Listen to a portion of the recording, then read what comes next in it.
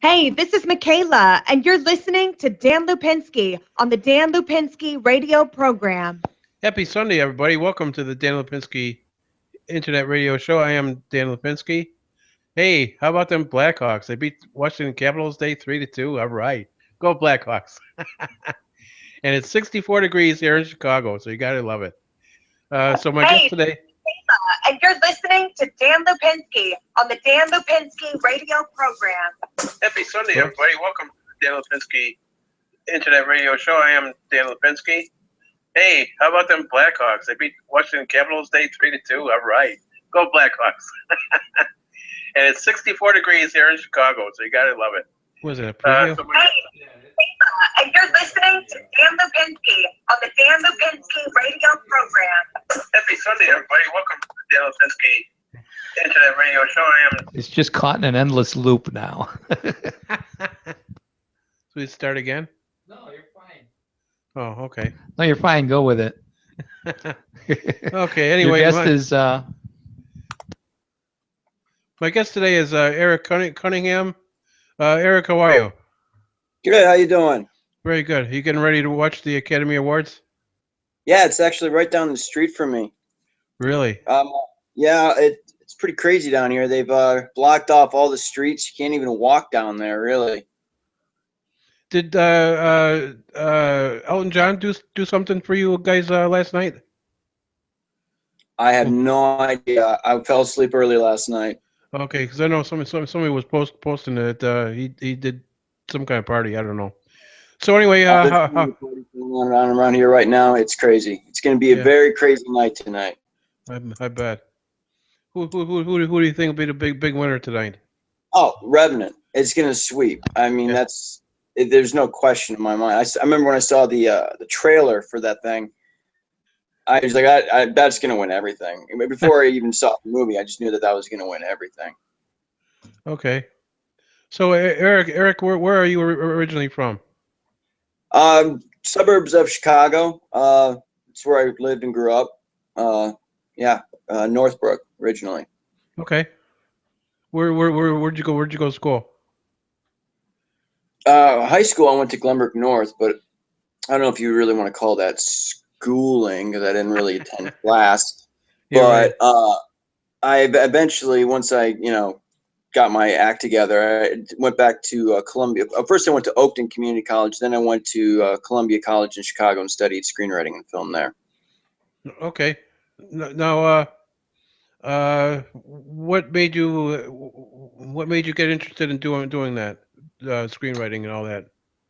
Well, initially, I wanted to write fiction, stories, books, things like that. But I realized early on in my education that I watch more films and TV than I read books, and I feel television and film is a more modern medium and a more interesting way to tell visual stories. So I eventually switched my concentrations from fiction writing to screenwriting, and went to film school and realized that this was definitely the niche for me. This was the place that I wanted to be because it's just screenwriting fits me perfectly. I love doing it. Do you have any screenwriters that inspired you to do what you're doing? I'm a big Christopher Nolan fan. Okay. David Goyer, Tarantino a little bit, and his screenwriting is a little, but I love the stories that he tells. I've read a bunch of his scripts. He definitely has his own style to writing, but he's the stories he tells have been they're really powerful. So. But I'd say on a whole, my biggest inspiration would have to be Christopher Nolan because everything that he writes, he pretty much directs, and that's my ambition as well, to direct mostly everything that I write. Okay. Now talk about the great Chicago filmmaker. You were a co-producer for this thing, right? Correct. Talk about what the great Chicago filmmaker was about, and what was all involved in that. The Great Chicago Filmmaker. Well, it was a lot of fun. It was a project that took us about a year to do. So I started off just basically as a co-producer, just helping out when I can, and eventually I moved into a an acting role and it's a character on the film, and the character was received well, so we just kept giving that character more and more scenes until it became kind of a lead character in the film. But the film in and of itself is basically it's a mockumentary meant to poke fun at overly ambitious student filmmakers who think that just because they go to film school and they have ambitions and they have a vision, that all they need to do is snap their fingers and make an amazing film. Right. And basically we're pointing out the fact that it's not that simple, and that working in the, especially in the Chicagoland film industry, we encounter a lot of individuals who are really deluded and overly confident and believe that it's just a simple matter of, well, I have a vision, so I'm going to make an Oscar-winning film and become the next Steven Spielberg. Sure. And the main character in the film, played by Devin, who is he did an amazing job. He's based on a numerous amount of encounters that we've had over the years of filmmakers and student filmmakers specifically that are just don't really understand the kind of hard work that it takes to be a director and a successful filmmaker. And so the film is basically a mockumentary of chronicling this guy around as he goes through 10 days to make this supposedly short film, and it ends up being this debacle, this giant, horrendous mistake, and everybody, it just. That's where all the comedy comes in. Nobody knows what they're doing. None of the characters know what they're doing. And it all ends up being just a big mishmash of a melting pot of just, crap. And that's where the comedy comes in. It was a lot of fun to work on. It looked like you guys had a lot of fun with it. What made it so fun was the way that Michael Joles approaches making movies is what he doesn't, he'll write a script, a very loose, simplistic outline of a script, but the second we get on set, he pretty much just says, okay, well, don't really adhere to that. Let's just go on and do an improv thing.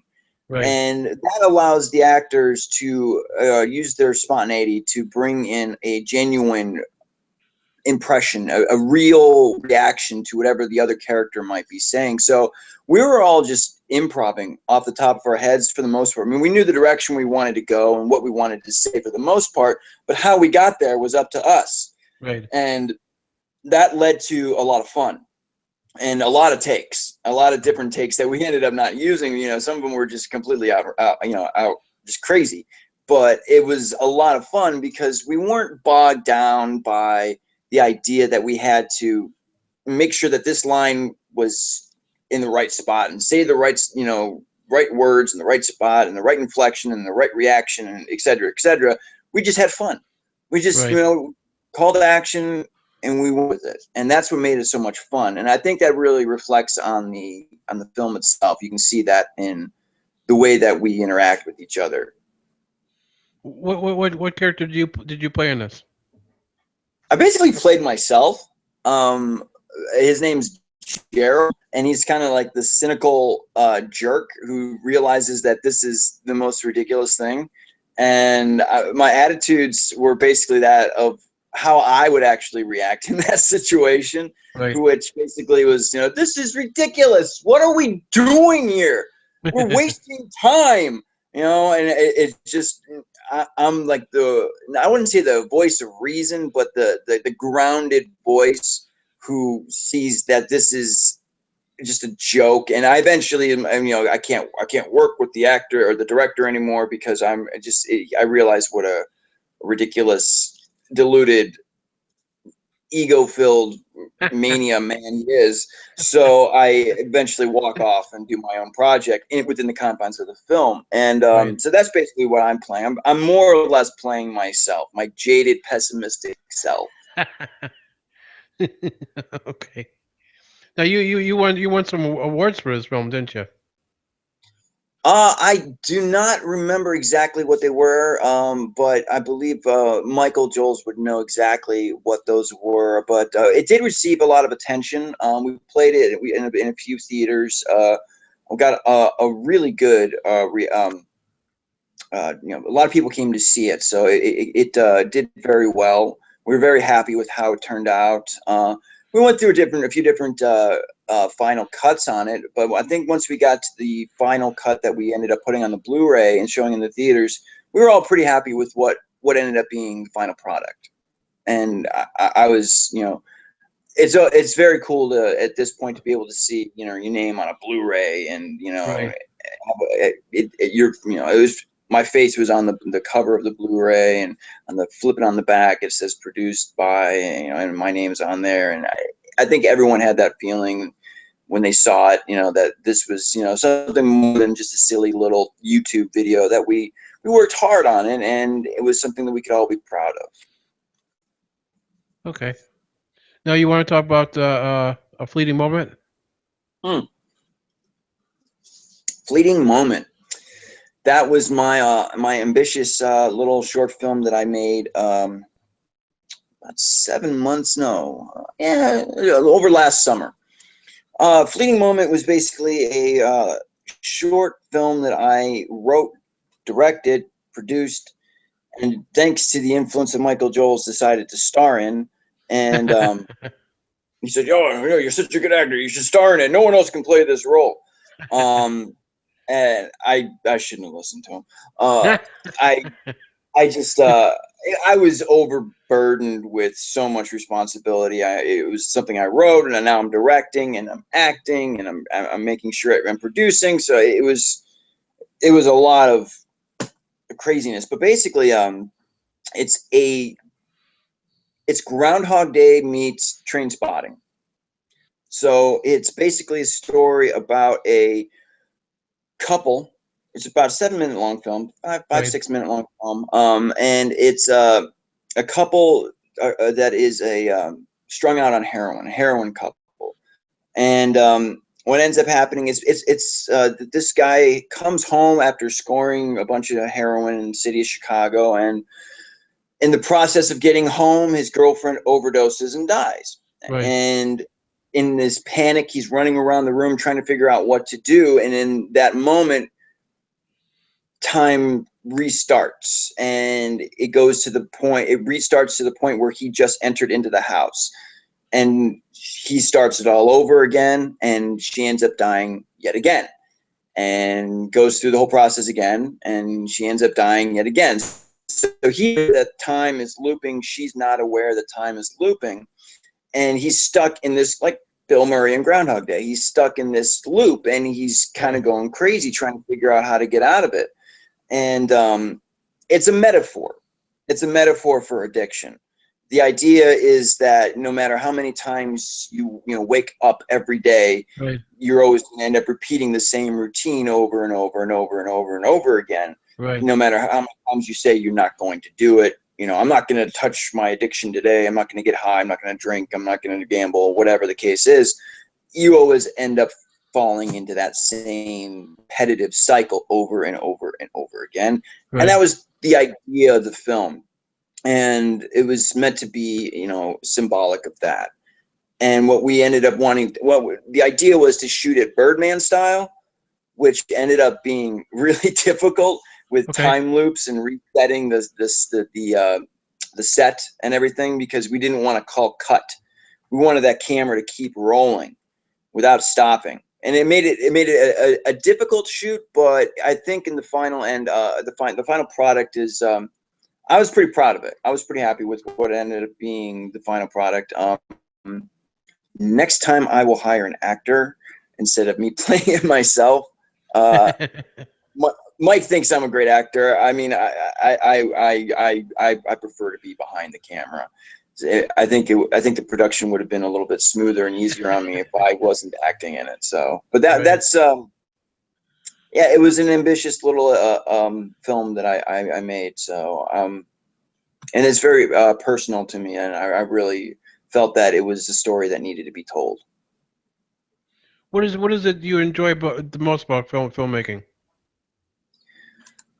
the artistic creation of it all just sort of, you know, infuses me with a sense of artistic pride. I enjoy creating. I love creating. I love writing. I love being part of any kind of team in which we are on set creating some sort of, you know, story. That's really my biggest love, is story. And the universe is made up of stories, not atoms.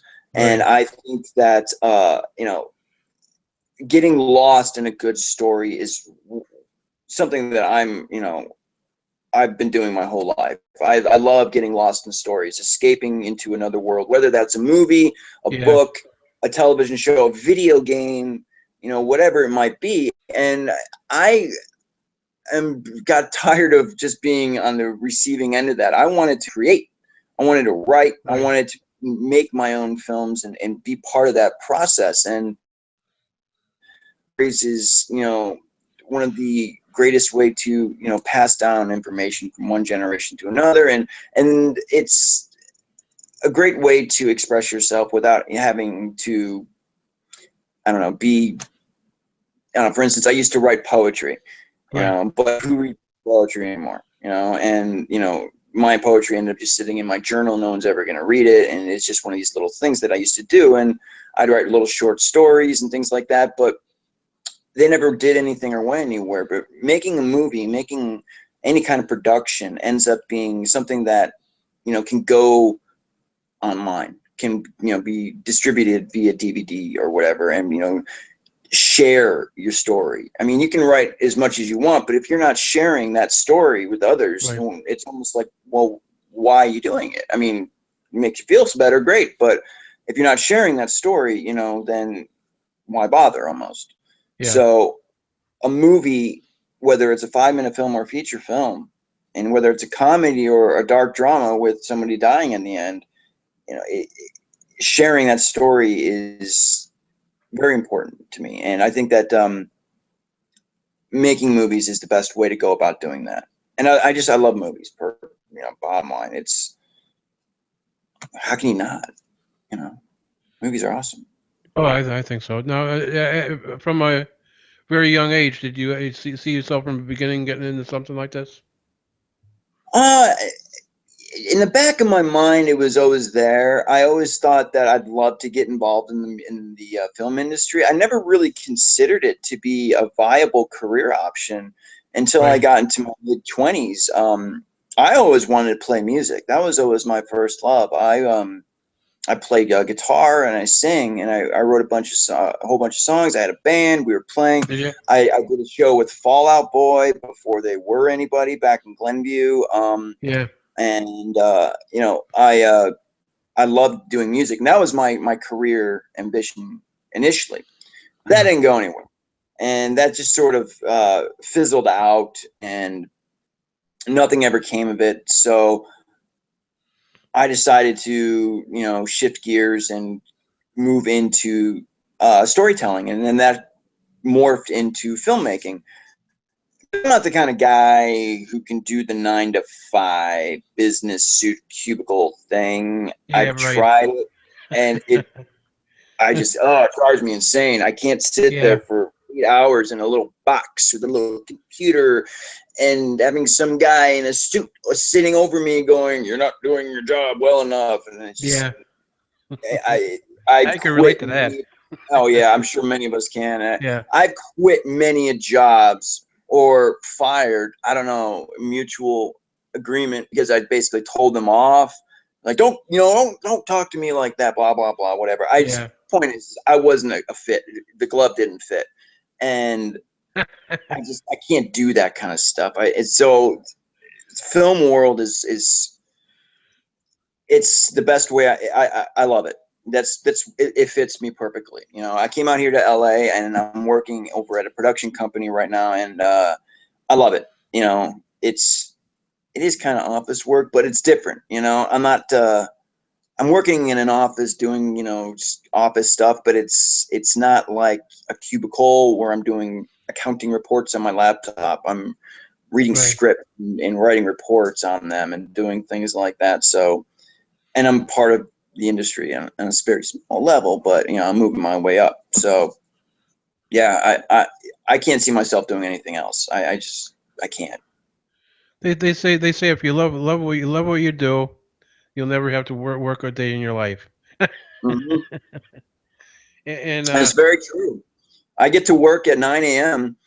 and I can leave at 6, but I usually stick around till 8, 9 o'clock. yeah, And I don't even realize how much time is going by. It's just it flies by because I'm happy to be there. I love being there.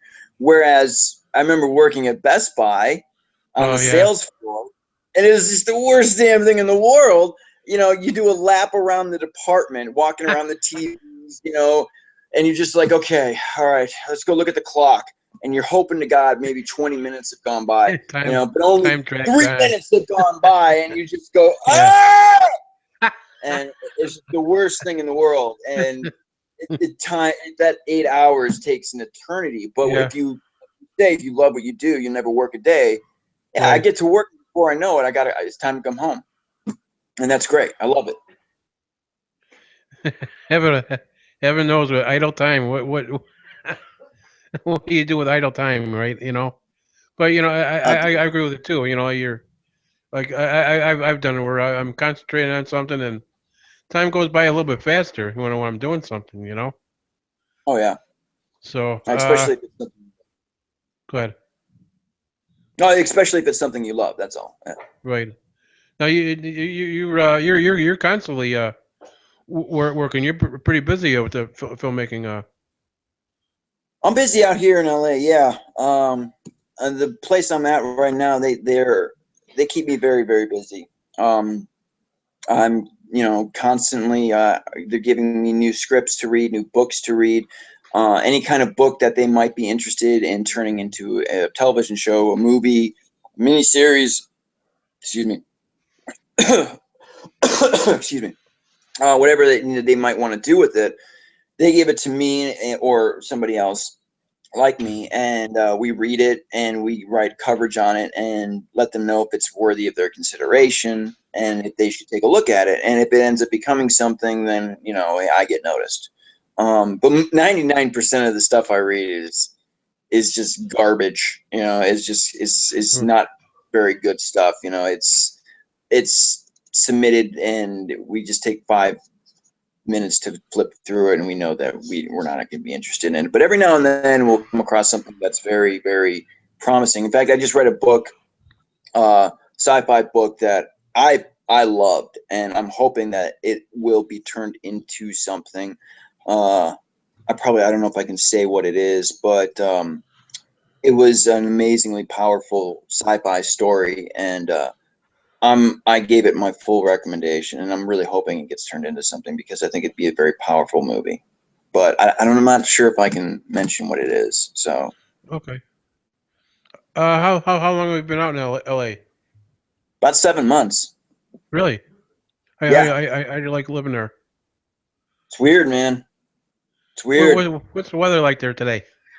Oh, dude, that's what I mean. This is what I mean. Like, I'm a Chicago boy, It's February. I'm used to throwing on 2 pairs of pants, 4 Yeah. shirts, and a thermal, Yeah. couple pairs of gloves, face mask, a hat, and then my coat. And it's like in the 80s out here all the Wow. time.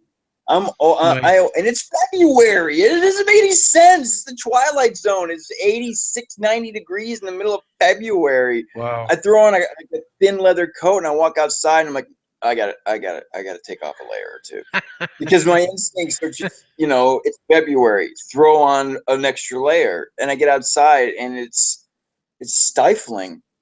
It takes some adjusting, but I'm not missing the 5-degree weather. Yeah. I'm not missing digging my car out of the snow, and the salt. Me And neither. the. Yeah. That's a bit much. Oh, it's been pretty warm back there, hasn't it? It's what, 50, 60 some degrees now, isn't it? Yeah, it's almost 60 It's degrees. 60 degrees. Yeah. Hey, Rich Wow. has a question for you. Yeah, we have a Yeah. question from one of our viewers. One of our viewers is Homeless Lives Matter. And he said, would Erik Cunningham be interested in producing a reality TV show based on the daily life of individuals living on Skid Row? I would have to take a look at the outline and the idea, but I mean, I would be interested in that. Yeah, I've actually have a documentary idea that's similar to that idea that follows street drug addicts that are on Skid Row, and I've always wanted to follow a few people, 3 or 4 people involved in that, and follow their story, because I think that that could lead you down a very interesting path, because who knows what their history is of how they've gotten there. Yeah, I would be interested in that. That'd be very cool. Yeah, that's cool. Now, is there anything you're currently working on you want to make mention of? Right now, where I'm working on a remake, I guess you could say, of a student film that I did back in Columbia. I made this short film that, well, my edit was 17 minutes, but once I gave it to an editor, it was 9 minutes. Okay.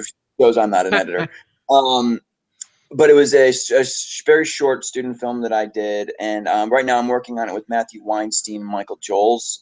I directed the student version, but right now we're doing more of a professional version, where Matthew Weinstein, who's an excellent director, who did a short film called The Gun Equation, which is one of the best short films I've ever seen. And he's directing that right now. We're in the process of pre-production right now, redrafting the script and finding some the actors to fill the roles, and it should be a much more professional looking. It's called The Correct Mistake. It's it's a misdirection piece, basically meant to direct the audience into believing that this main character is cheating on his ex-girlfriend. And in the end, I'm not going to reveal the end, but in the end, you find out that he's not necessarily cheating on his ex-girlfriend with another person. You find out what it is and why, but what he's cheating on her with. It's meant to mislead the audience through dialogue that is intentionally misleading, and allow them to fill in the blanks with their imagination of what they believe. Vague dialogue, so that we don't know exactly what's going on, but it's very Christopher Nolan-esque in that regard, and we're working on that right now, and I think we're going to start shooting in 4 months or something like that, a few months, and you're going to be doing that here in Chicago, aren't you? Yeah, I'm Matt. That's Matthew Weinstein will be directing it, and Michael Joels will be helping out with the production. I'm just working on the script out here in LA. And just emailing it over to them. I wish I could be there for it and to help out with the production, but they don't ever want the screenwriter on set. If you need extra, let me know. Absolutely. That sounds great, though. Yeah, it should be a lot of fun. The student film that I did was okay. It was good. I mean, I'm not going to say it was bad or anything. It was a student film, and it was my first student film. And student films are student films, as we know from the Great Chicago Filmmaker. We all think we're going to do a Steven Spielberg film, and it ends up being a student film. And now we're taking a much more professional approach with a budget, with a professional cinematographer, and I trust the director Matthew Weinstein. I think he's got a really good vision. He's got a really good eye, and I think he's going to be able to take my script and turn it into something very amazing and powerful. And I'm very excited about it. Yeah, it sounds great. You want to say hello to anybody? Hello, everybody. I don't know who to say. I don't know. Michael Joels is watching. What's up, dude? I had a good time with you in Vegas, my friend. It was a lot of fun. And I'm never doing Sunday. Give someone a shout out. I'm never doing it again, and you know what I'm talking about, Michael Joels. I like Vegas. It's been a few years since I've been there, but Vegas is nice. My mom lives out there. It's a city, man. I tell you, it's you go in there, and sometimes you leave that city going, all right, that was awesome. That was great, man. Other times you leave that city going, dude, why did I do that? You end up kicking yourself the rest of the time. You know, you're just like, "Ugh!" So You're funny. it's one of those. It's the only city on the face of the planet where you end up leaving the city with either that or that. You know, really, all right, or "Ugh!" Every other city is just okay. Well, that was Cincinnati. You know, okay, that was Indiana. You know, that was Chicago. But you know, Vegas can really get at you. Yeah. And My you and my and you gotta keep on what? going back to see the rest of it. You don't just can't see it once. You know, What's that? you just can't see it once. You gotta keep on going back and see all of it. You know. Yeah, there's so much to see in that Yeah. city. I mean, it's crazy. And what I love doing is because I wear these, you know, all the time because I have I'm prone to migraines. These are prescription. A lot of people think I wear these just because I want to be cool, but that's not the case. These are like my glasses, and I'm sensitive to light. So my point is, I like to sit on the street corner and people watch. Right. And there's no better city in the Oh, country yeah. than Las Vegas to people watch. Fun There to- are people some are always really fun to watch. crazy people out there, man. What's that? People are always fun to watch. Oh yeah. Have you ever been down Fremont Street in Vegas? I mean, Yeah. there's some real wackaloons down there, man. And if you can just sit there and just, you know, watch them without them knowing you're watching them, Yeah. it's a lot of fun. And as a writer, that's something that I do a lot is people watch. You know, it's you have to watch people and their mannerisms and how they go about their daily lives so that you can incorporate that, you know, little things that they do, you know, and that's where these come in handy. Like you say, each person has their own individual story. Even if they don't say nothing, just what they're doing and how they're living. You know. Yeah. Yeah, you can just watch somebody and just wonder what their story is, you know, and Yeah, you can create you could almost imagine a story for any given person. Yeah. And I like doing that, you know. I mean, especially if they're a character like you see in Vegas, like a guy in a tutu bikini. You got to wonder what is going through his mind and what his story is that brought him to this point that he's going to walk around in public with his junk basically hanging out on the street, you know. And it's just like, dude, what is your story? Why are you? What are you on? Yeah, that too. Yeah, yeah, exactly. You know, there are people down there. You know, you get people in Chicago, LA, or wherever that, you know, have little homeless people that have a little dish asking for money for food. There are people in Vegas who are outright with it, and they're just like, "I need to get drunk. Please give me money." And they'll have a little dish and a little cardboard sign saying, "I need to get drunk." I kid you not. I kid you Yeah. not. It's at least, you know what though? I give them credit for being honest. You know. Yeah. Yeah. Like they say, what stays in Vegas, what What happens in Vegas stays in Vegas. happens in Yeah. Vegas stays in Vegas, right? So, Eric, what are some of the links where anybody could look you up? You know, I'm not the biggest social media person, but I'm on Facebook, Erik S. Cunningham. Okay. You can look me up there. And that's about it. I'm kind You're of also a on IMDb too. yeah, I'm on IMDb as well. I only have a few credits on there. I haven't uploaded everything. Right. It's either Erik Cunningham or Erik S. Cunningham.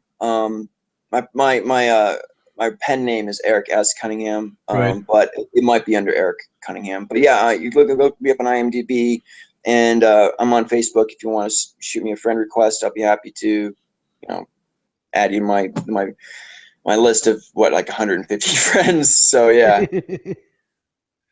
So, you have any closing comments before we let you go? Enjoy the Oscars tonight. You know I will. It should be very cool. Yeah, I'm looking forward to it. So yeah, this is the first year that I'll be literally down the street from it, and it's gonna be very cool. You know, I'm literally a quarter mile away from the Dolby Theater, and I just walk outside my door, and it's crazy. I mean, all the streets are cornered off like the president's coming to town. It's really security everywhere. I know Michael was showing pictures of it on Facebook. Yeah, That is yeah. awesome theater. It's the red carpet Star Wars premiere that I went down the street and checked that out. That was the same place, and that was pretty cool.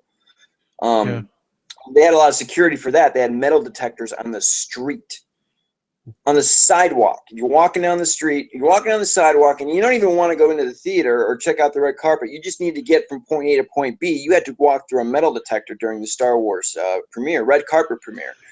And this is even more serious. They're just blocking off streets 3 blocks in advance. They're not letting anybody nearby, and it's crazy. I just went out to go get coffee, and I just took a look, and it's insane. And this is an event where you have the best and worst dressed too. Yeah, right. Oh yeah, I'm sure the majority of the it's all paparazzis and journalists out there, right? Yeah. So anyway, I think I'd like to thank you for being on with me this afternoon, and we'll keep in touch. And much success to you. And again, thank you for being on, and you take care, and God bless. Thank you. Thank you. Yeah, it was a lot of fun, man. It was very cool. Thank you, Dan. I appreciate it. So. Okay. All right. Thank you. Thank you. All right. Thanks, Erik. You take care. You have a great day, and God bless. Thank you. You too, my friend. Take care. All right. Bye-bye. All right. That was Erik Cunningham, screenwriter, and hope you enjoyed that interview. This is Dan Lupinski, host of the Dan Lupinski Internet Radio Show. And hey, look on the bottom, click on subscribe, okay? And come up Wednesday, my guest will be Danny Lynn. She's a psychic medium. So be here, be square, and during that show, you'll be able to text in your comments or questions to her too. So that'd be a good thing. So be here on Wednesday, 3 p.m. Chicago time, 2 p.m. Arizona time. So please be here. I'm be looking forward to seeing you. And remember this: no act of kindness, no matter how small, is never wasted. So you guys have a great Sunday. Be good to yourself. Let at least one person know you love them. And we'll see you next time. Take care. Bye-bye. Thank you.